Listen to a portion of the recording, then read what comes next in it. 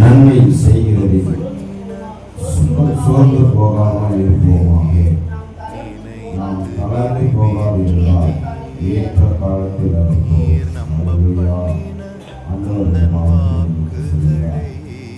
நன்மை செய்வதில்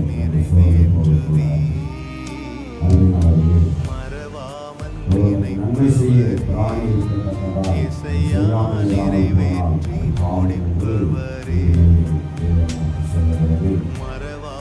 ஆகையினாலே தேவன் நமக்கு